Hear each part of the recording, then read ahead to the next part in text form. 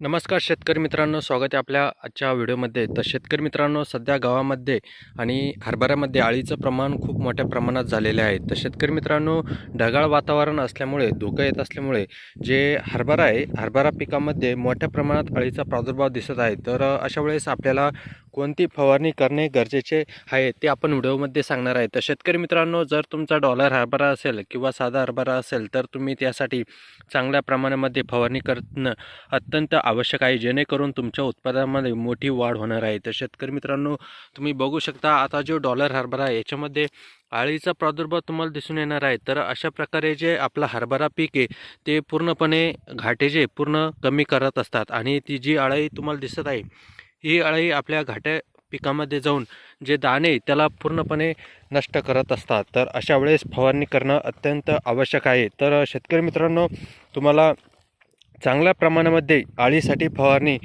करणं महत्त्वाचं आहे. त्यासाठी अळीसाठी कोणते औषध फवारणी करणार, तर सुरुवातीला जे सिजंटा कंपनीचं ॲम्प्लिगो, तर ॲम्प्लिगो तुम्ही याचं प्रमाण 20 लिटर पंपासाठी 15 ते 20 ml घेऊ शकता आणि त्याच्यानंतर कोराजन. तर शेतकरी मित्रांनो, कोराजन पण तुम्ही घेऊ शकता. कोराजनचं जे प्रमाण आहे, तर जर तुम्ही FMC कंपनीचं ओरिजिनल कोराजन घेतलं तर त्यासाठी तुम्हाला 20 लिटर पंपासाठी 12 ते 15 ml फवारणी करायचं आहे. तर जेणेकरून तुमच्या हरभरा पिकावरील पूर्णपणे अळीचं नियंत्रण होणार आहे. आणि याच्यामध्ये जर तुम्ही एक चांगले घाटे पकवण्यासाठी किंवा फुलं लागण्यासाठी 05234 या विद्रव्य खताचा वापर करू शकता, जेणेकरून तुमच्या हरभरा पिकावरती जे फुलं आहे किंवा जे दाण्याच्या आता फुलाचं रूपांतर घाट्यामध्ये होत आहे आणि दाणे भरायला सुरुवात झालेली आहे, अशा वेळेस 05234 या विद्रव्य खताचा तुम्ही 20 लिटर पंपासाठी 80 ग्रॅम तुम्ही याचा वापर करू शकता आणि त्यासाठी एक चांगल्या प्रमाणामध्ये